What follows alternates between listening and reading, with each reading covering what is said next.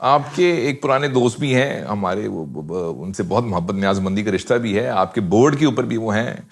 ان سے ایک دفعہ میرا مکالمہ ہو رہا تھا، انہوں نے مجھے ایک بات سنائی جو سن کر میرے رونگٹے کھڑے ہو گئے، اور میں نے اپنے آپ سے وعدہ کیا تھا کہ میں اس کی تصدیق کروں گا جا کر، کیونکہ مجھے یقین نہیں آیا لیکن موقع ہی نہیں ملا، تو میں آپ سے تصدیق اس بات کی کرنی ہے. اخوت یونیورسٹی ایک یونیورسٹی بھی ہے، تو اس کی جو ٹک شاپ ہے یا کینٹین ہے جو جدھر میں، ذرا اس کی قصہ بتائیے کہ کیا یہ بات سچ ہے، اور آپ لوگ ذرا سنیے اور آپ یہ حیران ہوں گے کہ ارے یہ پاکستان میں ایسی ایک جگہ، یہ سنیے. دیکھیے ہمارے پاس کچھ 400 بچہ رہتا ہے، تو اب روز میں تقریر کروں، ہمارے پرنسپل صاحب تقریر کریں، ہمارے باقی اساتذہ تقریر کریں، ان کو کتابیں پڑھائیں، یہ تو ایک پہلو ہے.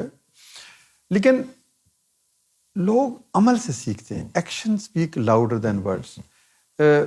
ہم نے کہا کہ ہم یہاں ایک دکان بناتے ہیں اور اس دکان میں طرح طرح کی چیزیں رکھیں گے، کاغذ، کاپی، پینسل، چاکلیٹ، کھانے پینے کی چیزیں، جوسز وغیرہ، اور ان پر ہم ان کی قیمت لکھ دیں گے.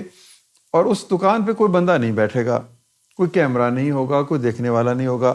تو یہ بچے جو ہیں یہ جائیں ادھر جائیں، اس کے سامنے سے گزریں، جس کو جس شے کی ضرورت ہے وہ لے لے، اور ایک بڑا سا غلہ ہم رکھ دیں کہ بھئی اس کے اوپر جو لکھی ہوئی قیمت ہے وہ اس میں ڈال دیں.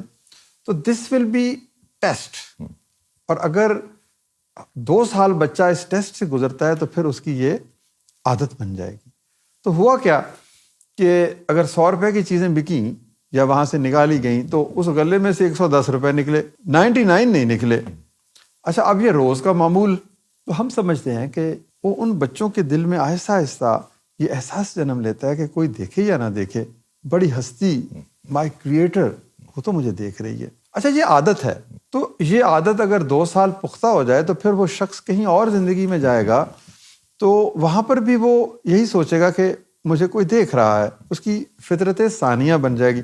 میں اگر روز اشارہ توڑوں گا نا تو وہ میری عادت بن جائے گی، میں روز گالی دوں گا تو وہ میری عادت بن جائے گی. تو انسان کو خاص طور پر امپریشنیبل ایج کے جو بچے ہیں ان کو جو آپ سکھائیں گے، جو بتائیں گے، جو عملی مظاہرہ کریں گے.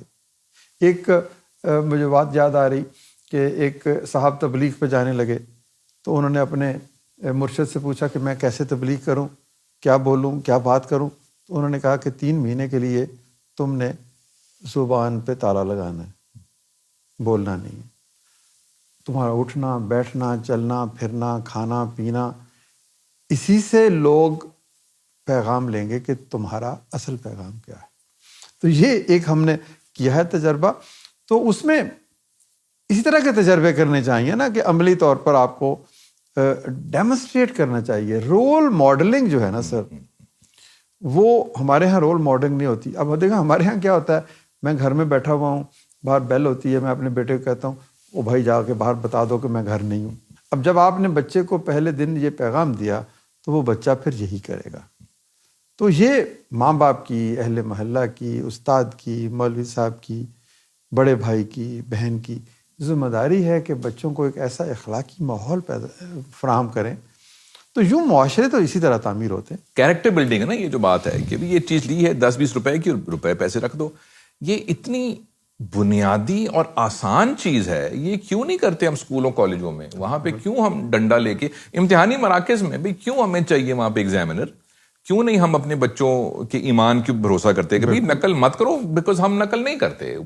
ہمارے ہاں یہ بھی ہے، ہم جب ہمارے ایگزام ہوتے ہیں تو کوئی بچہ، کوئی استاد وہاں انویجیلیٹر کے طور پہ نہیں ہوتا. یہ بچے پاکستانی ہیں یا کوئی باہر سے امپورٹ؟ یہ آپ کے بچے ہیں، یہ وہی بچے ہیں جو کوئی فاٹا سے ہے، کوئی گلگت سے ہے، کوئی بلوچستان سے ہے. اب بلوچستان کا ایک بچہ سوئی کا رہنے والا، وہ لاہور میں آتا ہے اور لاہور بورڈ میں 1100 میں سے 1090 لے کر ہمارے اسکول میں اول پوزیشن حاصل کرتا ہے.